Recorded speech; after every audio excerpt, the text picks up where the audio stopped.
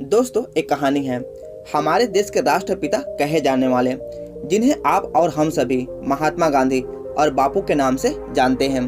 अहिंसा और सत्याग्रह के संघर्ष से उन्होंने भारत को अंग्रेजों से स्वतंत्रता दिलाई। उनका एक काम पूरी दुनिया के लिए मिसाल बन गया। वो हमेशा कहते थे, बुरा मत देखो, बुरा मत सुनो और बुरा मत कहो। और उनका ये भी मानना था कि सच्चाई कभी नहीं हारती। इस महान इंसान को भारत ने राष्ट्रपिता कहकर संबोधित किया। दोस्तों, आज हम आजाद भारत में सांस ले रहे हैं। वो इसलिए क्योंकि हमारे स्वतंत्रता सेनानियों ने अपने अथक प्रयासों के बल पर अंग्रेजों से भारत को आजाद कराया। और भारत को आजाद कराने में हमारे राष्ट्रपिता महात्मा गांधी ने मुख्य भूमिका निभाई। दोस्तों, महात्मा गांधी का जन्म 2 अक्टूबर सन 1869 को गुजरात के पोरबंदर में एक साधारण परिवार में हुआ था। उनका पूरा नाम मोहनदास करमचंद गांधी था। उनके पिता करमचंद गांधी ब्रिटिश हुकूमत के समय राजकोट के दीवान थे। उनकी माता का नाम पुतलीबाई था, जो एक धार्मिक विचारों वाली एक कर्तव्यपरायण महिला थी। उनके महान विचारों का गांधी जी पर गहरा प्रभाव पड़ा था। महात्मा गांधी जी जब 13 साल के थे, तब बाल विवाह की कुप्रथा के कारण उनका विवाह एक व्यापारी की पुत्री कस्तूरबा मनक के साथ कर दिया गया था। कस्तूरबा भी एक बेहद शांत और सौम्य स्वभाव की महिला थी। शादी के बाद उन दोनों की पहली संतान ने जन्म लिया, लेकिन कुछ समय के बाद ही निधन हो गया। उसके बाद उन दोनों को 4 पुत्र और हुए, जिनका नाम हरिलाल गांधी, रामदास गांधी, देवदास गांधी एवं मणिलाल गांधी था। भारतीय स्वतंत्रता आंदोलन में अपनी महत्वपूर्ण भूमिका निभाने वाले महात्मा गांधी ने अपनी शुरुआती पढ़ाई पोरबंदर के मिडिल स्कूल और राजकोट के हाई स्कूल में की। इसके बाद उन्होंने भावनगर के सामल दास आर्ट कॉलेज से अपनी पढ़ाई की। गांधी जी का परिवार चाहता था कि वह एक बैरिस्टर बने, इसलिए महात्मा गांधी ने 4 सितंबर 1887 में लंदन के यूनिवर्सिटी कॉलेज में अपनी बैरिस्टर और कानून की पढ़ाई करने के लिए इंग्लैंड चले गए। इसके करीब 4 साल बाद 1891 में वे अपनी वकालत की पढ़ाई पूरी करने के बाद अपने स्वदेश भारत लौट आए। इसी दौरान उनकी माता का देहांत हो गया था। हालांकि उन्होंने इस दुख की घड़ी में भी अपनी हिम्मत नहीं हारी और वकालत के काम शुरू किया। वकालत के क्षेत्र में उन्हें कुछ ज्यादा कामयाबी तो नहीं मिली, लेकिन जब वे 1893 में एक केस के सिलसिले में दक्षिण अफ्रीका जाने के लिए ट्रेन के फर्स्ट क्लास में सफर कर रहे थे, तो उन्हें रंग भेदभाव का सामना करना पड़ा और उन्हें ट्रेन के फर्स्ट क्लास से उतार दिया गया था। इस दौरान उनके साथ कई ऐसी घटनाएं घटी, जिसके बाद गांधी जी ने रंग भेदभाव के खिलाफ अपनी आवाज बुलंद की और इससे लड़ने के लिए उन्होंने 1894 में नटाल इंडियन कांग्रेस की स्थापना की और इंडियन ओपिनियन अखबार निकालना शुरू किया। इसके बाद 1906 में दक्षिण अफ्रीकी भारतीयों के लिए अवज्ञा आंदोलन की शुरुआत की। इस आंदोलन को सत्याग्रह का नाम दिया गया।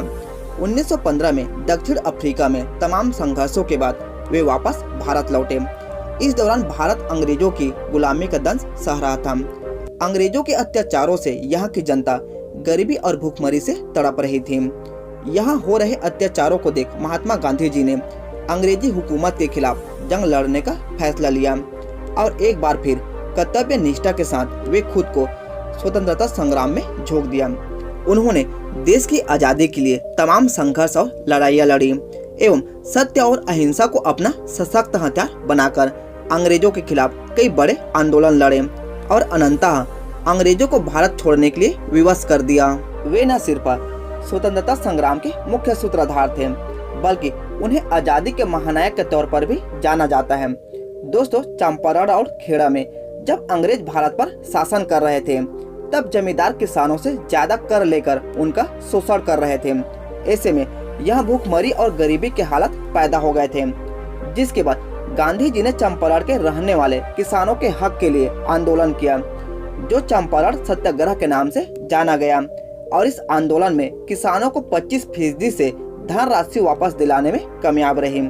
इस आंदोलन में महात्मा गांधी ने अहिंसात्मक सत्याग्रह को अपना हथियार बनाया और वे जीत गए। इससे लोगों के बीच उनकी एक अलग छवि बन गई। इसके बाद खेड़ा के किसानों पर अकाली का पहाड़ टूट पड़ा, जिसके चलते किसान अपनों करों का भुगतान करने में असमर्थ थे। इस मामले को गांधी जी ने अंग्रेज सरकार के सामने रखा और गरीब किसानों का लगान माफ करने का प्रस्ताव रखा, जिसके बाद ब्रिटिश सरकार ने गांधी जी का ये प्रस्ताव मान लिया और गरीब किसानों की लगान को माफ कर दिया। गरीब मजदूरों के बाद गांधी जी ने मुसलमानों द्वारा चलाए गए खिलाफत आंदोलन को भी समर्थन दिया था। ये आंदोलन तुर्की के खलीफा पद की दोबारा स्थापना करने के लिए चलाया गया था। इस आंदोलन के बाद गांधी जी ने हिंदू मुस्लिम एकता का भी भरोसा जीत लिया था।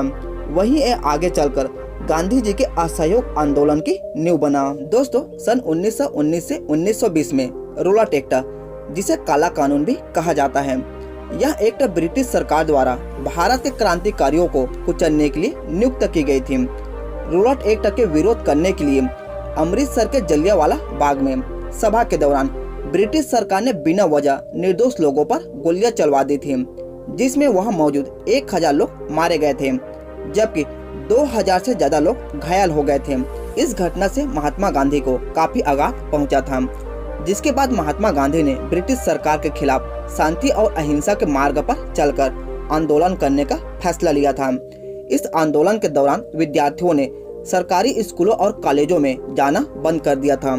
वकीलों ने अदालत में जाने के लिए मना कर दिया था, जबकि कई कस्बों और नगरों में श्रमिक हड़ताल पर चले गए थे। उसके बाद 4 फरवरी 1922 को असहयोग आंदोलन में भाग लेने वाले प्रदर्शनकारियों ने चौरी चौरा कस्बे में बैठक की और जुलूस निकालने के लिए पास के मुंडेर बाजार को चुना गया। जब सत्याग्रही थाने के सामने से जुलूस की शक्ल में गुजर रहे थे, तब तत्कालीन थानेदार ने जुलूस को अवैध घोषित कर दिया और पुलिस कर्मियों ने जुलूस को रोकने के लिए बल का प्रयोग किया। प्रदर्शनकारियों ने इसका विरोध किया तो पुलिस और प्रदर्शनकारियों के बीच झड़प हो गई। फिर पुलिस कर्मियों ने भीड़ पर गोली चला दी, जिसमें 11 सत्याग्रही मौके पर ही शहीद हो गए और कई घायल हो गए। इससे सत्याग्रही आक्रोशित हो गए। गोली खत्म होने पर पुलिसकर्मी थाने की तरफ भागे। फायरिंग से भड़की भीड़ ने उन्हें दौड़ा लिया। पुलिस वालों ने थाने के दरवाजे बंद कर लिए और थाने के अंदर छुप गए। प्रदर्शनकारियों ने सूखी लकड़ियां और केरोसिन तेल की मदद से थाना भवन में आग लगा दी, जिसमें 22 पुलिस कर्मियों की आग में झुलसकर मौत हुई थी। इस घटना से दुखी होकर महात्मा गांधी ने असहयोग आंदोलन को निरस्त कर दिया था, क्योंकि ये एक हिंसा का रूप धारण कर लिया था। दोस्तों, 12 मार्च 1930 को गांधी जी ने दांडी यात्रा शुरू कर अंग्रेजी सत्ता की नींव हिलाकर रख दी थी। साल 1930 में अंग्रेज सरकार ने जब नमक पर कर लगा दिया तो महात्मा गांधी ने इस कानून के खिलाफ आंदोलन छेड़ा था। दोस्तों, ये ऐतिहासिक सत्याग्रह गांधी समेत 78 लोगों के द्वारा अहमदाबाद साबरमती आश्रम से समुद्र तटीय गांव दांडी तक 390 किलोमीटर पैदल यात्रा की। 12 मार्च 1930 को शुरू हुई ये यात्रा 6 अप्रैल 1930 यानी 24 दिनों तक चली और नमक कानून को तोड़ा गया था। इसमें 8000 भारतीयों को नमक सत्याग्रह के दौरान जेल में डाल दिया गया था। सत्याग्रह आगे भी जारी रहा और 1 साल बाद महात्मा गांधी की रिहाई के साथ खत्म हुआ था। उसके बाद 9 अगस्त 1942 में महात्मा गांधी ने ब्रिटिश शासन के खिलाफ तीसरा सबसे बड़ा आंदोलन छेड़ा था। इस आंदोलन को अंग्रेजों भारत छोड़ो का नाम दिया गया था। हालांकि इस आंदोलन में महात्मा गांधी जी को जेल भी जाना पड़ा था, लेकिन देश के युवा कार्यकर्ता हड़तालों और तोड़फोड़ के माध्यम से इस आंदोलन को चलाते रहे। दोस्तों, गांधी जी का उस समय का सबसे ऐतिहासिक भाषण जो उन्होंने कहा था, मैं आपको एक मंत्र देना चाहता हूँ, जिसे आप अपने दिल में उतार लें। यह मंत्र है, करो या मरो।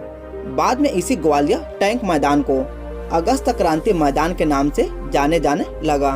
उस समय देश का बच्चा बच्चा गुलाम भारत से परेशान हो चुका था और आजाद भारत में जीना चाहता था। महात्मा गांधी के नेतृत्व में शुरू हुआ यह आंदोलन सोची समझी रणनीति का हिस्सा था। इस आंदोलन की खास बात ये थी कि इसमें पूरा देश शामिल हुआ था।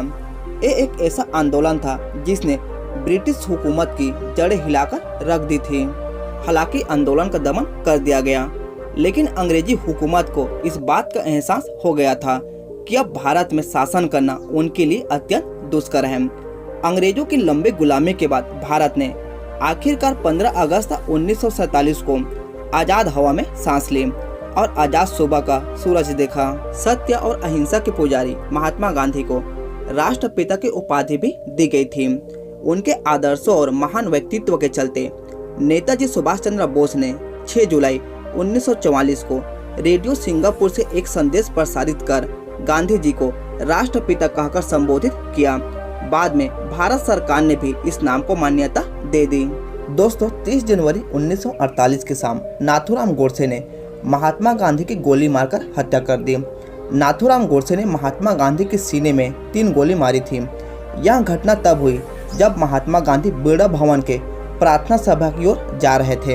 हत्या के मामले में कोर्ट ने 10 फरवरी 1949 को नाथूराम गोडसे को फांसी की सजा सुनाई और 15 नवंबर 1949 को उसे फांसी दे दी गई। गांधी जी की हत्या के बाद देश के पहले प्रधानमंत्री पंडित जवाहरलाल नेहरू ने भारतवासियों को रेडियो पर उनकी मौत का दुखद समाचार देते हुए कहा था कि भारत के राष्ट्रपिता नहीं रहे।